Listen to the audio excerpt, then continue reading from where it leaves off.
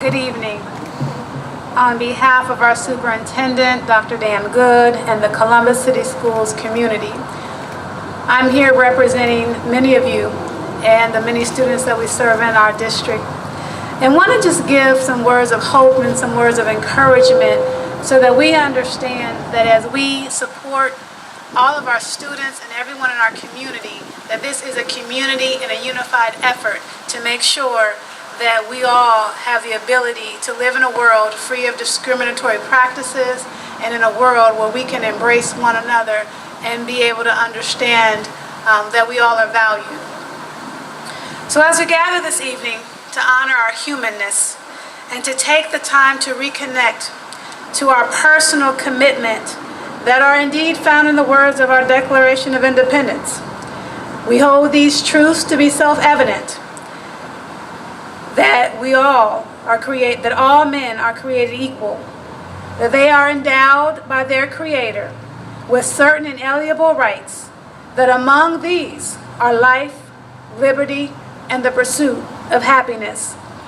That in life we have the ability to engage in a world that's free of discriminatory practices, the ability to treat each other with respect and dignity, to understand that our diversity gives us strength, our character gives us power, and our compassion unifies us on a very human level. The ability to interact in a world that has freedoms. Former President Franklin D. Roosevelt in a speech addressed these freedoms: the freedom of expression and the freedom of speech, the freedom of worship, the freedom and the ability to live in a peaceful and healthy manner, the freedom to be able to be free from fear, the idea that we will not commit aggressions against one another. As we interact in this world, it is our responsibility to shape the world, to understand that we are a part of the imprint that we leave, to figure out ways to live peacefully with one another, and to value the worth of every individual, and to honor the diversity of all. Martin Luther King Jr. stated that if you can't fly, then run. If you can't run, then walk. If you can't walk, then crawl. But whatever we do, we've got to keep moving forward. We've got to keep moving forward with our ability to live in a world and engage in life experiences that provide a rich and full life. That even though life itself can be difficult and unfair at times, we have a mindset to pursue those things that yield happiness, harmony, and peace. We are in a place this evening where we remember our calling to our greater selves, our better selves.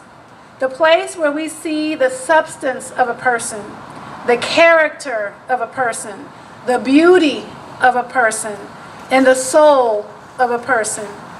And through this identification, we collectively honor and value every human being and accept each other at our core basic human level.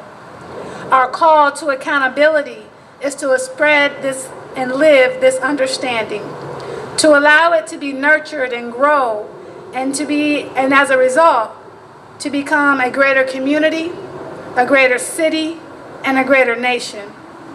That the change begins in each of us, and that people are better as a result of all of us. Our call to accountability starts with our own inventory. Mahatma Gandhi said it best: you must be the change you wish to see in the world. An eye for an eye ends up making the whole world blind. We stand today in a commitment to be better tomorrow than we are today. Let us commit today to learn from our yesterday. Let us commit to keep it moving forward, because we are the owners of our world.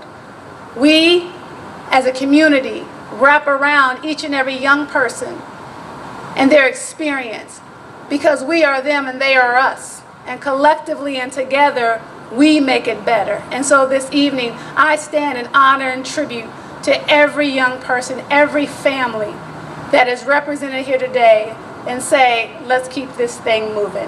We have to do this together.